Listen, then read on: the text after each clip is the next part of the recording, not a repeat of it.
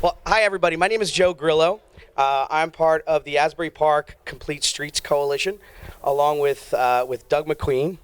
And first of all, thanks so much to Pat and the Homeowner Association for giving us this opportunity to. I'm taking direction. I got you. So giving us this opportunity to talk a little bit and have a conversation about what we're about. I'm sure you've either read about us in the Sun or have heard some people speak up at council meetings advocating for a complete streets vision. So we figured that we kind of got to take the show on the road and speak to as many groups as possible in the city about what we're trying to do, because this is really a holistic vision for the entire city. And it really pertains to physically bringing together the city in a way that is more than just hyperbole. It's more than just talk. You're physically bringing together the city through our streetscape. So I did bring some notes because, and I hope you'll forgive me with that, because I just want to make sure that we get all our points across, and then hopefully we have a great little Q&A back and forth about any questions you might have about misconceptions, a vision for the future when it comes to complete streets. So I wanted to start by simply reading our mission, what our mission statement is. So Asbury Park Complete Streets are about streets that are complete when there is safe access for all users, for pedestrians, for bicyclists, the elderly, the mobility challenged, and drivers. And me living in the downtown, I'll also include skateboarders in that too. So complete streets make it possible to safely cross the street, to walk to school, to bike to work, to stroll through healthy business districts, and making Asbury Park a better place to live. Simple as that. I wanted, Doug, if you mind passing those around, we wanted to share these photos with you. I wanted to see if you could, as you pass those around, take a look at one side of the photo and the other side. This is a photo of a streetscape in Fresno, California, but it might as well be Main Street in Asbury Park. I want to preview this by saying this isn't just about Main Street, even though that's a very large component of this. As this goes around and as I'm talking, take a look and see, does this, which streetscape that you see looks like a safe one? Which one looks like a streetscape that you'd want to walk on, you'd want to ride your bike on? Which one of these streetscapes would be one that you'd want to go and visit stores on that street? So it's the same exact street, but one is a before picture. I'm sure you can tell which one's the before picture and which one's the after picture. So one of the things that we ask people when we meet in groups like this, and we've been slowly meeting both with city officials, with our elected leaders who have been gracious enough to, sometimes with a lot of tolerance, to take as many breakfasts and lunch meetings with us to talk about this and to engage in the process. There's points that we could credit them as being bold and moving forward, and other parts that we feel that we need to discuss more and plot a vision for the future. But the one thing that we ask everybody that we meet with is simple. Simply tell us what you love about Main Street. Like, what is something, when you think about Main Street, give me some adjectives, and you could raise your hand now or you could think about it afterwards. Give me some adjectives for Main Street. Dangerous. Okay, dangerous, that's good. Who else? Diverse. Ugly. Ugly. Aesthetically unpleasing. Okay. Give me one positive one, just to be fair. Great ethnic food. Yeah. Mexican, Guatemalan, it's great. Okay, great. Okay, diversity. Okay, that's a good one. The center of the street is filled with utilities which promote trolley walk. Okay. All right. Great. Well, listen, you keep those adjectives in your head and think about more as we talk about this. So really quick, I just want to give you the story of how I got involved with Complete Streets. Because this started out as a little group that Pam Lamberton started on Nextdoor, saying, hey, anybody who likes to ride bikes, let's get together and let's talk about what we could do for bike riders, yada, yada, yada, the whole spiel about, being able to travel the city safely. And as we started meeting in person, we started seeing that, wow, there's a lot of dangerous parts to the city to pedestrians and bike riders. So my story is this, and it actually happened right outside here. It almost just happened right outside here just before. That's why I was a little late coming here. I was, last summer, I was walking with my daughter, Leonora. I have a 7-year-old daughter that I co-parent with Cerisa Grillo, and we are, we're raising her in the downtown in Asbury Park. And so we were going to, funny enough, a public safety meeting over at City Hall that Tony Salerno is doing. So as we're walking down Main Street, usually she's right next to me, but she fell a couple of feet behind me. We're about to cross Main Street, and I hear somebody go, "Whoa, whoa, whoa, whoa, whoa!" And I look back, and a guy riding his bike on the sidewalk slammed right into my daughter, and she hit the floor. Now, luckily, she has ninja instincts, so she put her hands down, and she was scuffed up a little bit, but it was more the shock of it, right? So right away, protective dad comes into play. I grab the guy, and I say, "What are you doing?" He was like, "Why are you on the sidewalk?" And he goes, "I'm not riding on the street. We're supposed to ride on the sidewalk." The whole point is that, and that's when it kind of clicked a little bit, and the whole point is that a lot of people will ride on the sidewalk with their bikes because, one, they don't know the rules, and especially with tourists, you get a lot of that. But also, you get people who will not ride on Main Street. One, because there's no bike lanes. Two, because the traffic is pretty fierce. I mean, it's a 4-lane highway, right? I mean, how many of you like to ride your bike on Main Street? So I don't. The guy should have been a little more careful at looking for little 7-year-old redheads running around the sidewalk, but I don't blame the guy for all of a sudden just being on the sidewalk. So that's when something clicked. And when this happened, and when I spoke with Doug, and when I spoke with Pam and everyone else in the coalition, I said, "Listen, guys, let's work together. Let's engage the community. And more importantly, let's have the community, let's reach out to different parts of the community to buy into this vision of complete streets, and more so with the road diet that we're going to be discussing soon." So that's just a little bit about why I got involved. Essentially, roads need to be designed for the way we live, not just the way the cars drive. And so this grassroots group is here to advocate for essentially better street design that includes all users. We're a shore town, right? So the one aspect about a shore town is what? Bikes, skateboarding to the beach, right? Walking down, Cookman Avenue and other business districts, to do that in a safe way. We're a town of various ages and abilities. Hell, we have a whole election voting district just dedicated to Asbury Tower.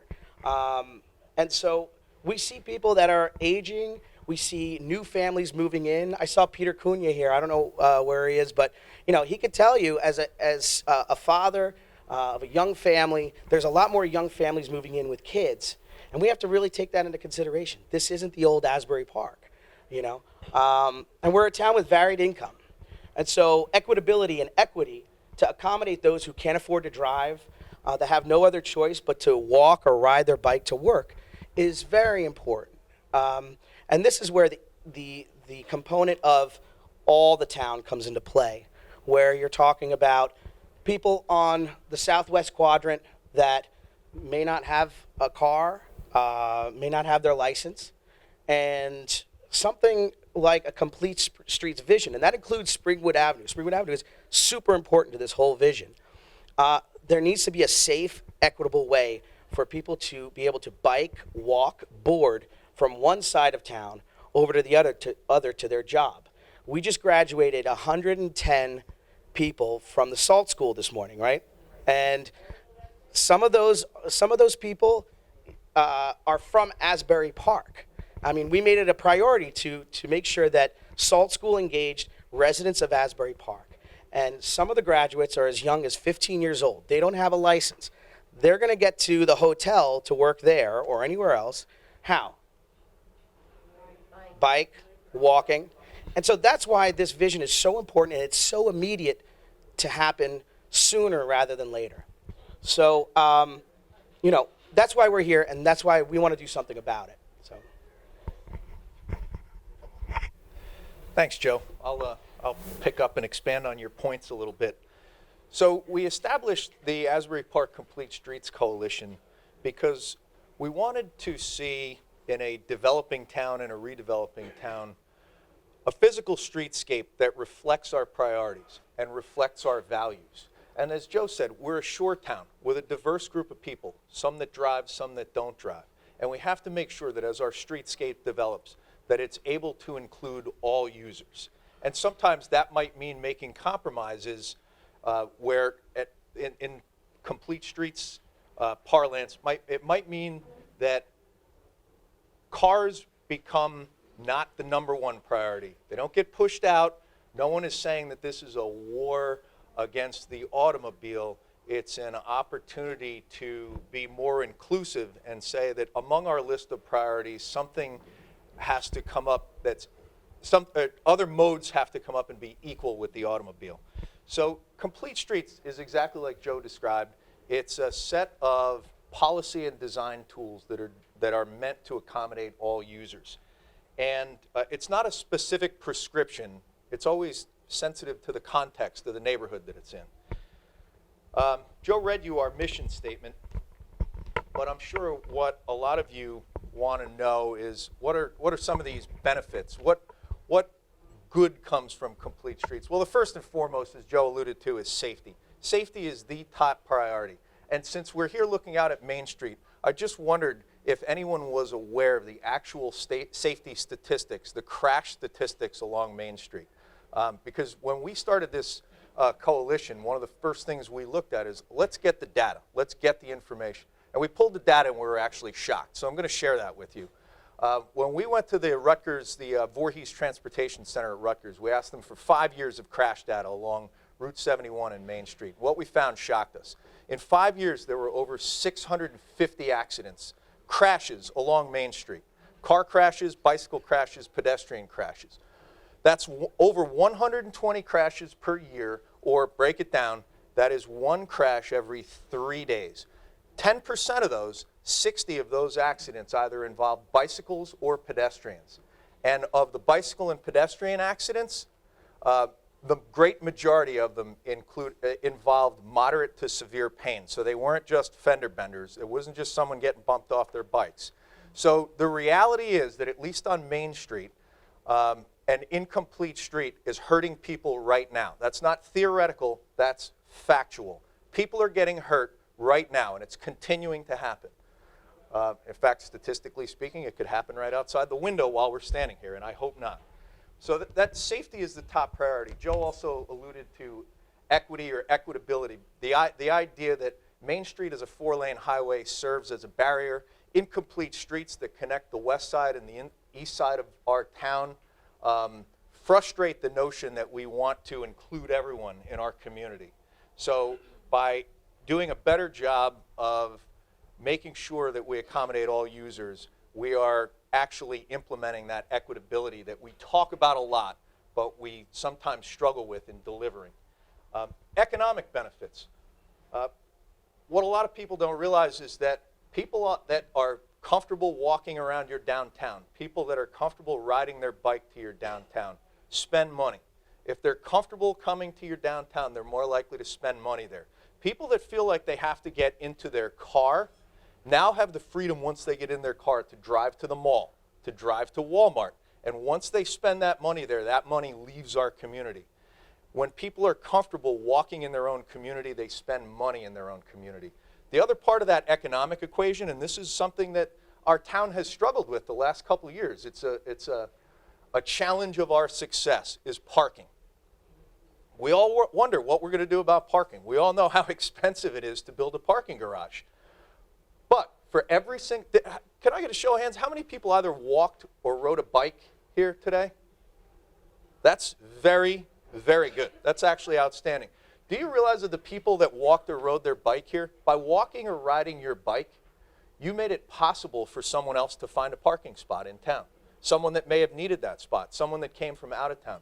So I know that Complete Streets couldn't be the total answer to our parking problem, but it certainly addresses the issue. The more we convince people in a wider and wider radius to be comfortable walking, to be comfortable parking their car several blocks away, and to be comfortable riding their bike from Neptune or from out Sunset or Wicapecco or anywhere else. The more we make people comfortable doing that, the more we solve our own parking challenge.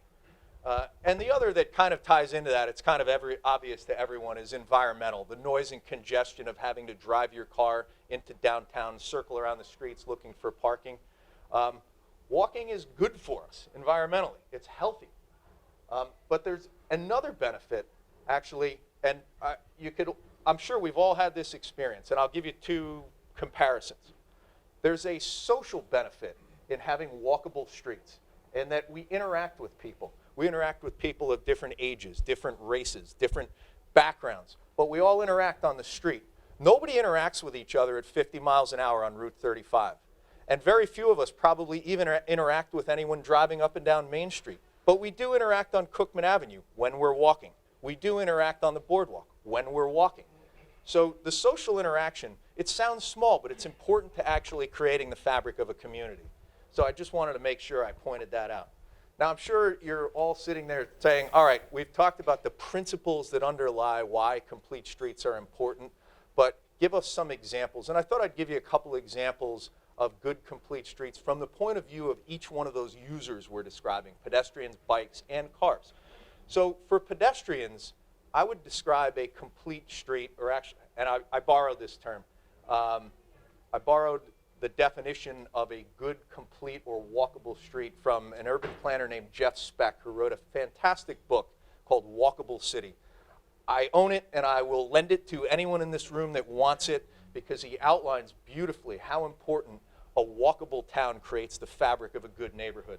Jeff Speck says that a good complete streets and a walkable neighborhood are safe, comfortable, and interesting to walk on. Now, safe, what does that mean? It's well lit so that people are comfortable parking their car at night and walking where they need to go. The crosswalks are well laid out. They're not just lines painted across the street to corral pedestrians in, but they're actually very visible stripes that warn drivers that are approaching that there's a crosswalk there. And it includes, and I know this has been a controversial topic from time to time in Asbury Park, a safe, walkable environment includes curb bump outs, because the bump outs help the elderly and the young and people who need a little bit extra time crossing the street. It helps them get out of that zone of danger in traffic. So those are an important design element.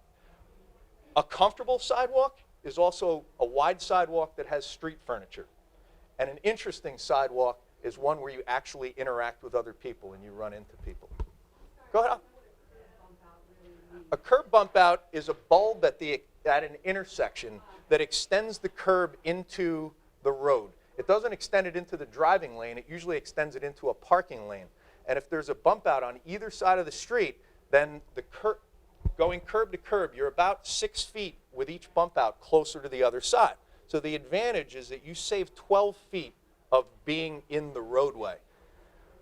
And by being able to do that, especially if you're slow, that 12 feet makes a difference. In fact, I'll relay a very sad story that in January of this year, some of you may have read it in the paper, unfortunately, a pedestrian just across the border, on the Neptune side of the border, just south of here, on Route 71, was struck and killed. I'm not sure if any of you may have read about it in the paper. It was at night, and unfortunately what happened was this pedestrian made it to the 4th lane across a 4-lane highway. First lane, second lane, you look into the oncoming traffic and you see a set of headlights, but you're not sure what lane it's in, and he made it almost to the last lane and was struck and killed. And if a bump out had existed, now that wouldn't have been practical in that exact spot, but I'm giving the example that if a bump out had been existed, that pedestrian would have been out of the roadway at that point and would be alive today. Where that also relates to has to do with the other benefit of designing complete streets. When you design a complete street, you create a physical space that psychologically forces cars to drive slower. It's traffic calming.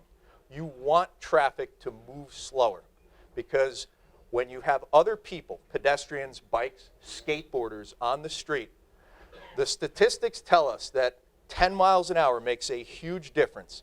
that if a car strikes a pedestrian at 40 miles an hour as opposed to 30 miles an hour, that pedestrian is multiple more times, I forget the exact number, but a 10 miles an hour difference makes it's something like 80% more likely that that pedestrian or cyclist will be killed. So the small things that designing a roadway the correct way does for the safety of the people around that roadway goes a long way. And then finally, bikes. What are examples of a complete street for bikes? Well, it's the obvious. It's bike lanes, places to park your bike when you get where you're going. That's my bicycle chained up to the city bike rack outside right there. So we need more of those because I'm taking up the whole bike. Good signage and things that make drivers aware that bikes are out there. So where have we seen the application of complete streets in Asbury Park? Well, the first and foremost is that complete streets have been an element of our city plans, whether we called it that or not, for over a decade. And I'm not sure if a lot of people realize that.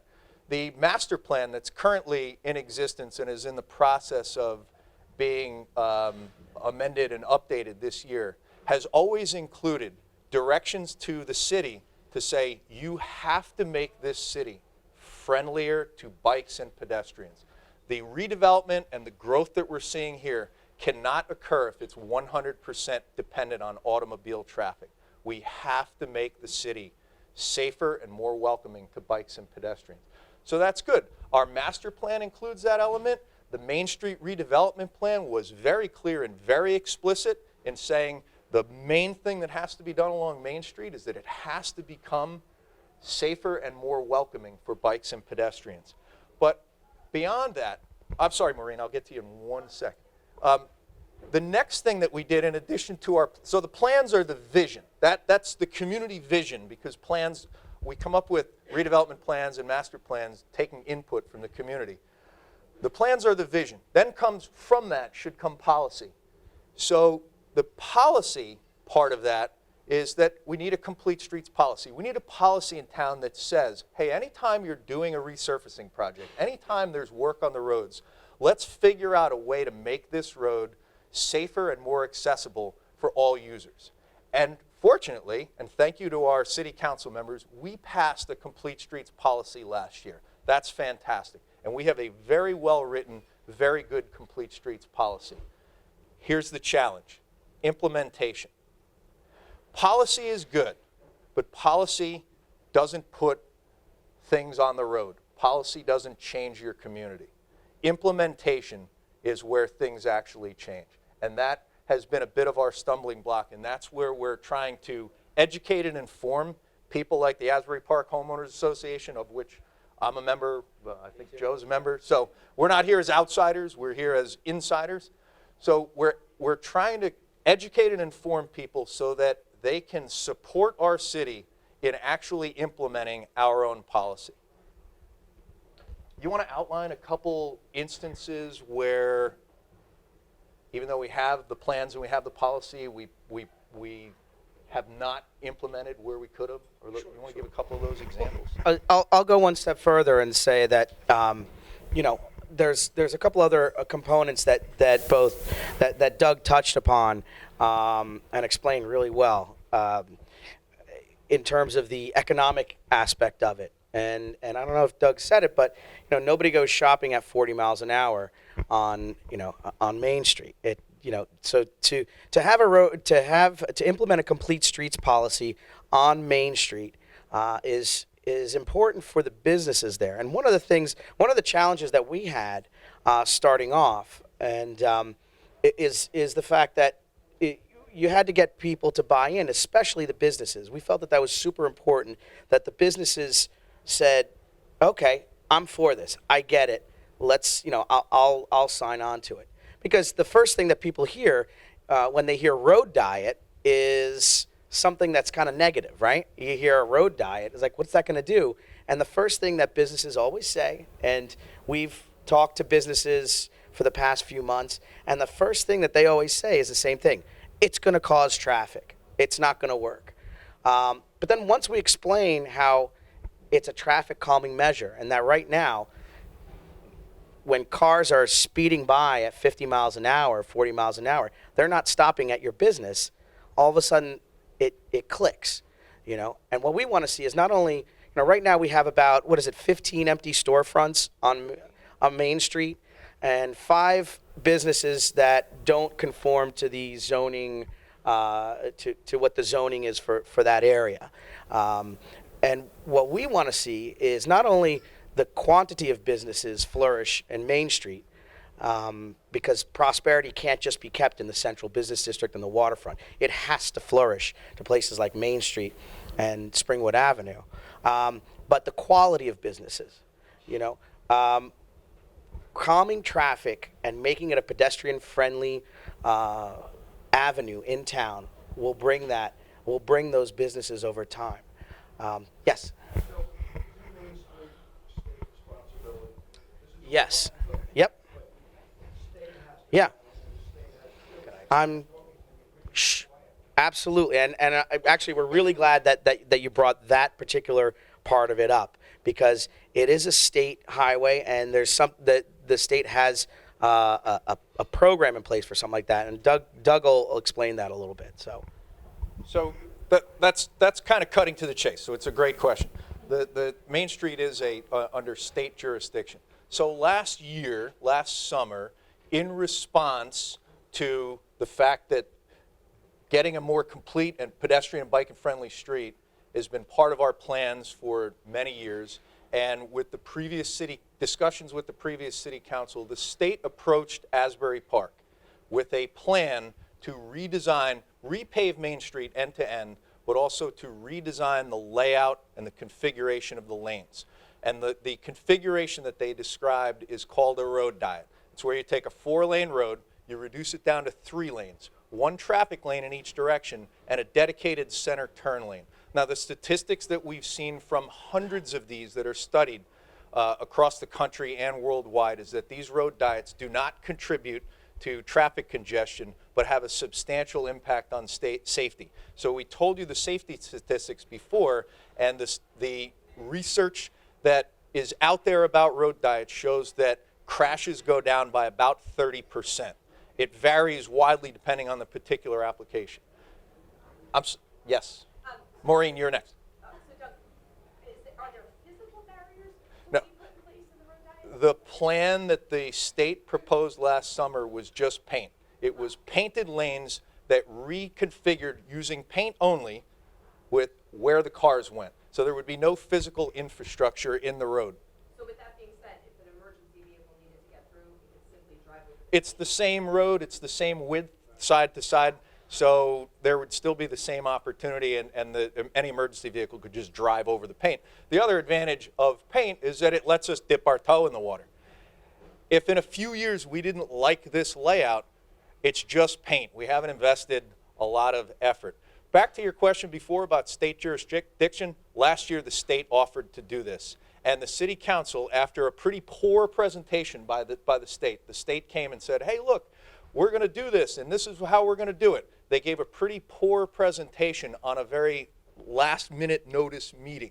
So they kind of put the council on their heels and the city officials on their heels to say, hey, you have to take this. So to the state's detriment, they gave a last-minute meeting that was not presented very well. However, in the state's defense, they thought that they were offering what has been asked for years in our plans and by previous city officials. Our previous city planner was a big supporter. Maureen, I told you I would get to you. Sorry. Yeah. I haven't studied all this like you have. I'm just thinking now that as a motorist and as a cyclist, I wouldn't feel any safer having that bike lane or not knowing, thinking about opening my car door. Is there a bike coming up behind me? So I'm wondering, do we really need 2 parallel highways? We have Memorial Drive and we have Main Street. So basically, we're going to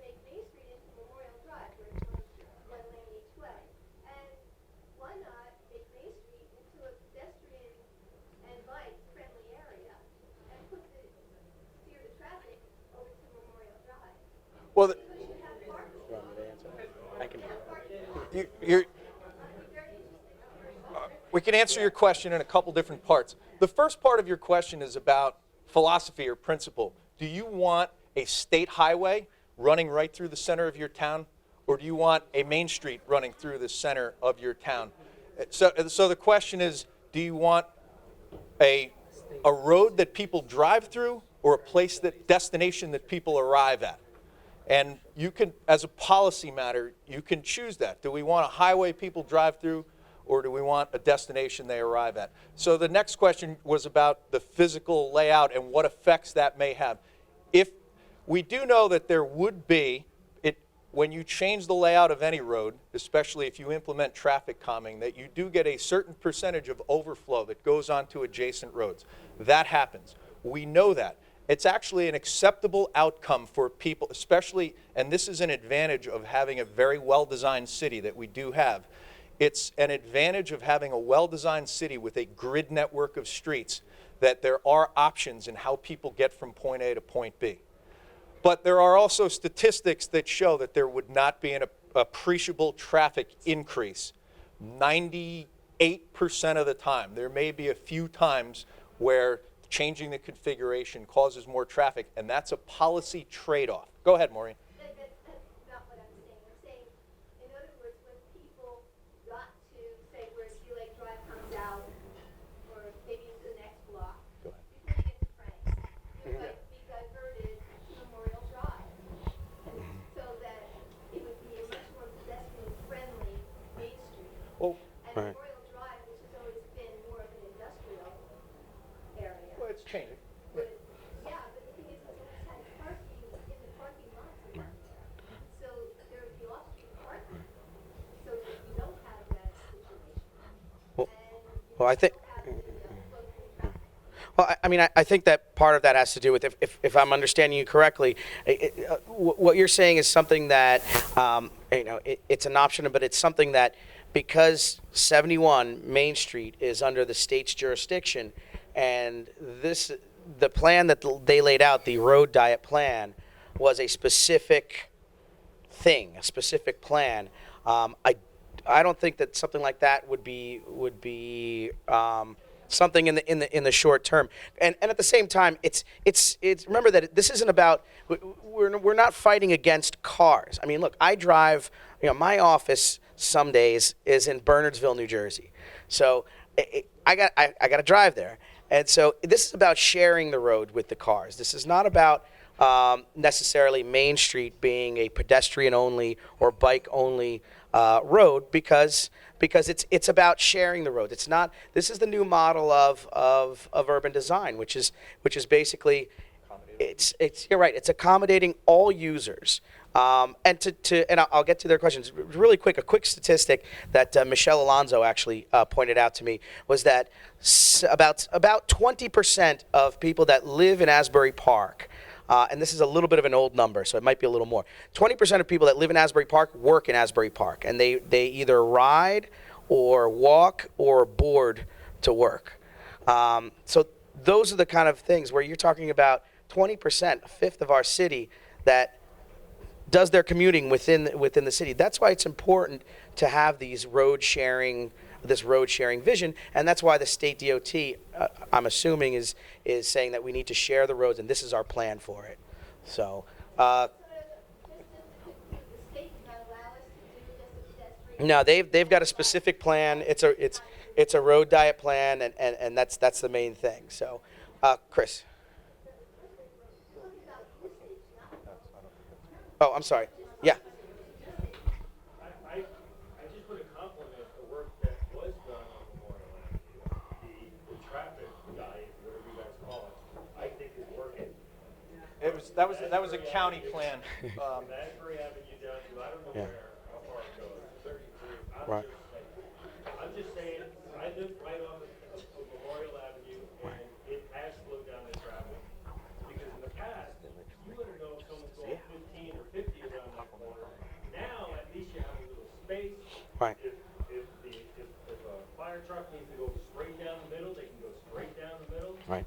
I rode my bike on it the other day to get to a restaurant on Main Street. Right. And it was just gorgeous, and the new sidewalks. I Okay. It went from 4 to 2, and I know a lot of drivers go, Okay. 4 to 2, that sucks. No, it's really great.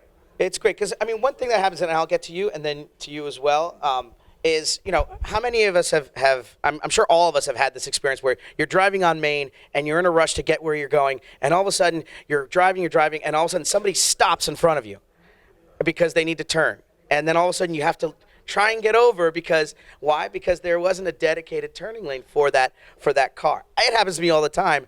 I want to get from TJ's Pizza to my house in 1 minute, and all of a sudden something like that happens, and I'm stuck. So that's why this plan really has a lot of merit to it. So yes. My question is, I like the idea of the diet on Main Street. Right. I think that, because it's a state jurisdictional issue, we can't expect Right. that we can have everything we want. But what I'm wondering about is, can we have, does that plan include bike lanes along Main Street? Yes. Number one, and number two, does it also include maybe doing, what about the parking along Main Street? How is that affected? Because someone brought up the, Yep. you open your car door, bam, you got a bike. Right. Sure. How is that accommodated to that? Right. Okay. Do you want to answer that part? It does. The state's plan does include bike lanes. It's what's called a dedicated bike lane, but it's not a protected bike lane. Putting a protected bike lane in would mean separating a bike lane from the rest of car traffic. And while that's very ideal, we have to learn to crawl before we can walk, because moving traffic all the way over to and dedicating 10 feet of space in a protected area is a fairly progressive move that probably needs to be taken in steps. I would love to see it. New York City's done it. A lot of cities that have experience with bicycle lanes do it. The dedicated bike lane that unfortunately does leave a bicycle rider partially in the door zone is less than ideal. But from the point of view of someone like the Asbury Park Complete Streets Coalition, it's better than what we have now. It's a lot better than what we have now. So that's kind of the answer. Perhaps I should fill in the last part of the story about Main Street so that we can come full circle and then maybe try and fill in the conversation. What happened when the state presented this plan last year is that they did a poor job at the presentation, unfortunately, and then they kind of left it as a take it or leave it proposition with the city. So in, I believe it was October, the city council passed a resolution that did not support the state in its offer to reconfigure the lanes. They wanted the repaving done, obviously, because Main Street's in terrible condition, but it said we want to leave it as a 4-lane highway. And that's the biggest hang-up that we had from a complete streets point of view, because a 4-lane highway is not a complete street because it's difficult for pedestrians to cross. There are more lanes of traffic, and there's no way that in the 60 feet of space curb to curb, there is no way in a 4-lane highway to accommodate bicycles at all. There was discussion about putting markings on the street that are called sharrows, shared lane markings, but in reality, they are very unsafe in a 4-lane situation because cars jockey. When you're on a 4-lane road, cars always jockey to move around, and what they find on 4-lane roads is that with sharrows, if they're even allowed, and in some instances they're not even allowed, that the sharrows do almost nothing for bicyclist safety. So the 4-lane option in the 60 feet that's available on the pavement does not meet the criteria from our perspective of a complete street. So the city passed a resolution, and two paragraphs of that resolution said that there was no support for the road diet portion, the lane reconfiguration, and that the city wanted to maintain 4 lanes of traffic. So what we've been doing since then is educating and informing people with the goal of trying to show support for and convince the city that we should go back, meet with NJDOT, and ultimately overturn that resolution supporting a complete streets configuration. Just one follow-up. Who pays for The state. So the question was for APTV, just in case you can't hear, who pays for the road diet? And this is very, very important for us as homeowners. The state pays for that reconfiguration. It's money that's on the table to reconfigure Main Street. So Painting? Just the painting, or they gonna It's- pave the entire, main street? Oh, so pave they're the gonna whole thing. pave the whole thing and then restripe it with the road diet configuration. So somebody had a question over here. Yes, sir. Yeah. They're gonna repaint it either way. Right. But when I drive up Memorial Drive, and it now comes down with that center turn lane, Mm-hmm. I think I move faster up Memorial Drive than I did when there was 2 lanes in one Right. direction, because I always got caught behind the left-hand turn. Right. And that's the whole point. And I do on Main Street, and I think jockeying behind the left-hand turn is probably 12% Right. of those accidents. Large, Yeah. large percentage of what causes I the think car crashes. the biggest advantage, the bike lane is a plus, is an additive, but the biggest advantage is I think we probably would move more traffic through the city Right. with left-hand turn dedicated Right. lanes, because you won't get stuck behind a left-hand turn. I'm really glad you mentioned that because that's something that actually, as I was walking here, I was saying that I was thinking that I think the old way of thinking was that speed equals, equals more efficiency, and I think that's the whole point. Is that I think we're moving away. We're transcending that idea that speed equals efficiency, because it doesn't. It's a proper, smart configuration of a vision of a downtown and a vision of a main street and ultimately a vision of Springwood Avenue and other main arteries that have efficient traffic flow and safe passage for pedestrians and for bicyclists. And that's one of the things that we're advocating for. Yes. Oh, I just wanted to address the bike lane and the door thing from the perspective of an avid cyclist who has been doored several times, Right. at least once in the city, Right. once in New York City. I've never been doored from a bike lane, even if it's not protected. Here's why. If you're a cyclist and you don't have a lane, you are riding as close to the cars as you can, because that is how you are staying out of traffic and getting not hit by cars. Your instinct is to go as close to cars as possible.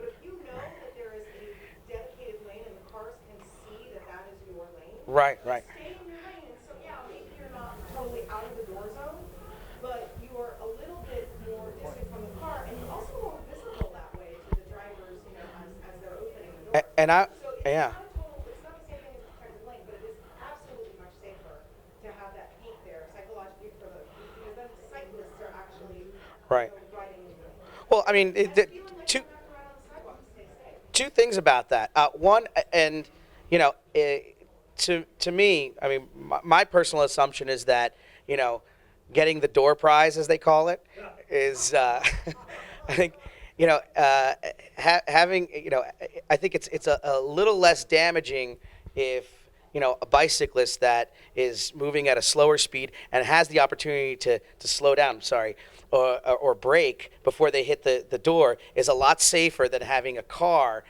get you with a door prize and create a lot of damage and cause more traffic and crashes and everything else. But a really quick story is everyone here knows Jeffrey Seeds, right, from APTV. So one of the reasons why I was late coming here is because he stopped me as I was walking up Cookman Avenue, and he wanted to stop me and talk to me about complete streets. Problem was that he was riding his cycle contraption on Cookman Avenue, and there were cars next to him and by him that were beeping the horn because there was no access, or there is no passage for a bike on Cookman Avenue. And so I go to him, watch yourself. And so he kind of came over, and then we spoke a little bit about complete streets. But it was ironic that here's this great guy that's stopping to talk about complete streets, and he's getting beeped and almost hit by these cars on a road that's considered an incomplete street. So yes. You started out talking about complete streets being this environment that involved a number of different things. Great name, by the way, complete streets. But so far, all I've been hearing about is paint. What about street furniture? What about signage? What about lighting? It's awful. All of those other concerns, and really that complete factor. I'm just not hearing anything about that. So the question is about complete streets are more than just how the lines are laid out, how the crosswalks are laid out. It's about the lighting and the street furniture. You're absolutely correct. And I mentioned that lighting and street furniture a little bit when I talked about creating a pedestrian environment where people feel more comfortable walking.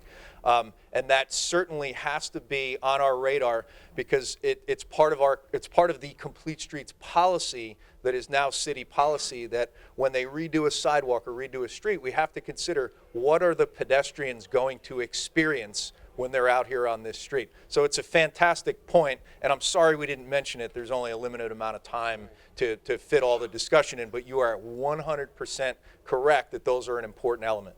Is any of that included in this? Because right now we're talking about a specific plan for Main Street, correct? Well, if we're talking about the NJDOT plan for Main Street, the short answer is no. Street furniture itself would not be included in the financial component of that plan. It would be up to the city as a policy and spending priority to determine if it wanted to spend money on those items, but we're certainly free to. The state is not going to buy our street furniture for us, is the answer. And also remember that you know there's more than one way to shave a cat. So there are grants out there. There are municipal grants out there. There are grants that the state is offering. There are grants that nonprofit organizations that help kind of shepherd different municipalities along the way. And some, to the city's credit and to Michelle's credit, Michelle Alonso's credit, has been looking into a lot of that kind of stuff. So there are multiple ways to kind of tackle this in a way that makes it a very holistic vision for the city. And so that's another answer for you about that, is that there are opportunities out there to help with that kind of stuff. Right. Well, because the DOT plan is about traffic calming. I mean, that's essentially it. So it has to be right. Yeah. So, yep. Sure. Oh, go ahead. Can you help give us examples of what street furniture is so we don't have like think it's double beds? Sure. Is that bad? Are double beds as street furniture bed? Well, it's benches, it's garbage, trash and recycling containers. On the sidewalks, correct. And to some extent, it's your lighting. It's whether or not you put planters or tree boxes along the street. So those are all the components of street furniture that make a comfortable. Bike racks are another one. I saw another hand here, and then we're kind of going to wrap it up because I know Pat's got to move on to the rest of his meeting. Go ahead in the back. Oh, that's outstanding. So last week, and I'm sorry I couldn't make it, Yvonne. I was out of town. Yvonne Clayton and Michelle Alonso held, from what I heard, an outstanding meeting about the city's efforts to apply to the state for a transit village designation. Now, I'm sure Yvonne and Michelle know a lot more about it than we do.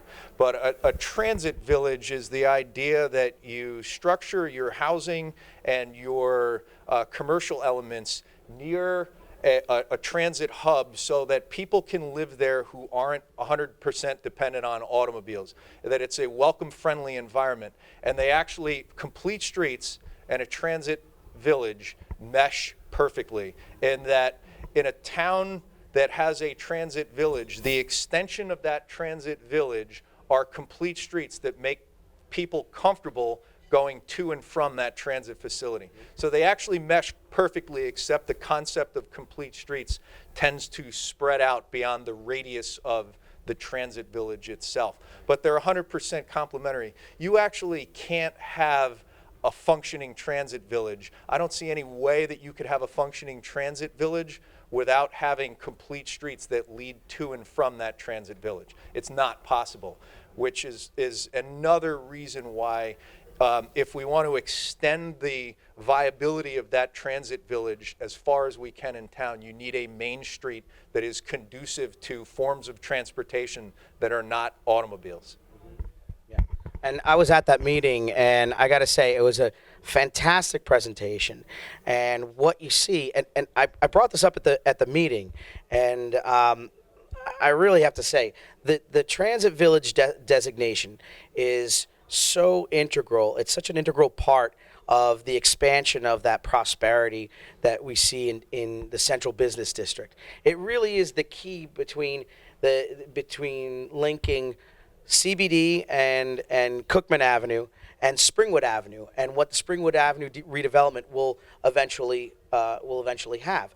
Again, part of the transit village has to do with this one building that's going to house artist lofts and artist studios, and part of that also has bike storage there.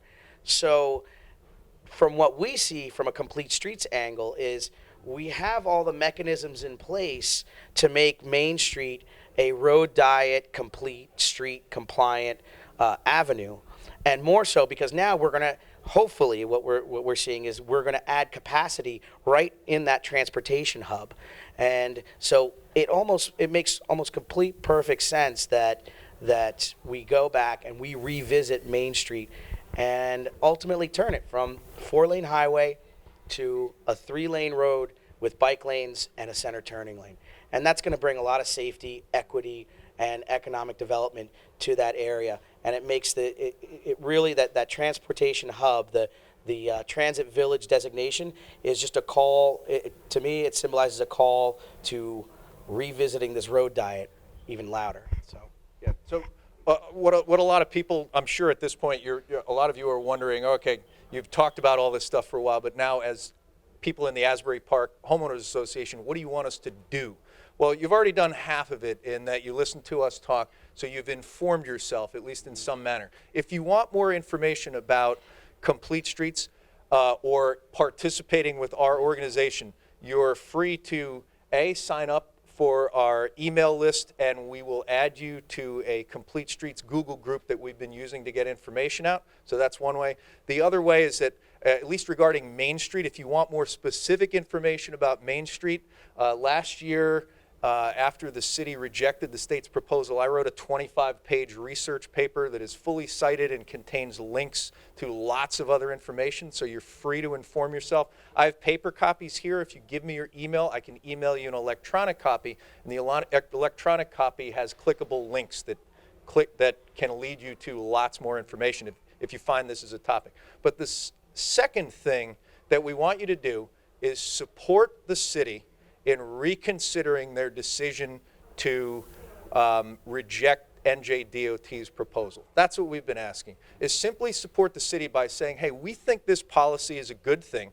We would rather trade off all of the unknowns or some of the unknowns to get something that we've seen in other locations that works. I mean, that's how I came to this. I've traveled professionally in my job for over 20 years. And in doing so, I've been to every major city in the United States, over 40 countries. And when I go places, I say, hey, that's a fantastic idea. This works well. Why can't we have that at home? And when you ask yourself, why can't we have that here? What you don't want to hear is, well, it works somewhere else, but it won't work here. Don't take that as an answer. Be supportive of a process that works very well in creating good communities in other places, because it's not reinventing the wheel. It's doing what has worked well in lots of other places. So those two things, inform yourself and advocate and support the city in reaffirming their Complete Streets policy and reapproaching the state to try and get the best solution out here as possible. That's all we're asking you to do. And the city, by the way, has been fantastic. Every one of our city leaders has been very good at sitting down and listening to our position. We're just not at the point yet where they're, and we're going to continue to ask, and with you, hopefully with your support, going to continue to ask them to change their position to implement a road diet on Main Street. any questions? That's a good question. We don't know. Yeah. We haven't been told. Yes. I love the diet plan moving through. Asbury Park couldn't be more in need of something like that. I've seen it in New York, where they changed the streets and the traffic flow is great. I would like to see, and I'm wondering, will Clean Streets move to not only Springwood, but Asbury Avenue, right into downtown Asbury Park? Yeah. Yeah. Right. Yeah, I mean that's well. so the question was, is this vision, does it expand to, does it encompass places like other streets like Asbury Avenue and Kingsley and things like that? And the answer is yes. I mean, that's the whole point, right? Is it's not just Main Street, it's not just Cookman Avenue, but it's the main thoroughfares that go through Asbury Park that we use on a day-to-day basis. I use Asbury Avenue every single day. Some people use 4th every single day. One thing that we see, I know, but at the same time, I know, but I'm saying that some people do use it. The other part is Springwood Avenue, I think is a very critical thing here. And one of the things that I noticed actually, because I went to the meeting, to the Transit Village meeting, and one thing I mentioned to Yvonne was that, you know, they show the map of Asbury Park, and they show the area that the Transit Village is going to encompass, and it also shows the New Jersey Transit bus lines, right? The New Jersey Transit bus line goes through Cookman and goes through Main Street, but strangely enough, Springwood Avenue, where there used to be one in years past, there is no NJ Transit bus line going through there. So what happens is that you start to think about complete streets. That also means mass transportation. We want to make sure that as Springwood Avenue develops in a smart, holistic way, is that we make sure that we encompass not only bike lanes, but also petition New Jersey Transit to make sure that at a certain point, there's also bus routes to that. So it is a holistic vision that we've got, but we start with things that we can work with. One is the road diet, and the other, like we said, are the different grants that are out there that can make most of our thoroughfares a complete street. So I'm going to thank the Complete Streets for presenting today at the Homeowner. Randos is going to need their dining room back, but everybody's welcome to go into the bar, and they can one-on-one ask Doug and Joe any more questions you might have.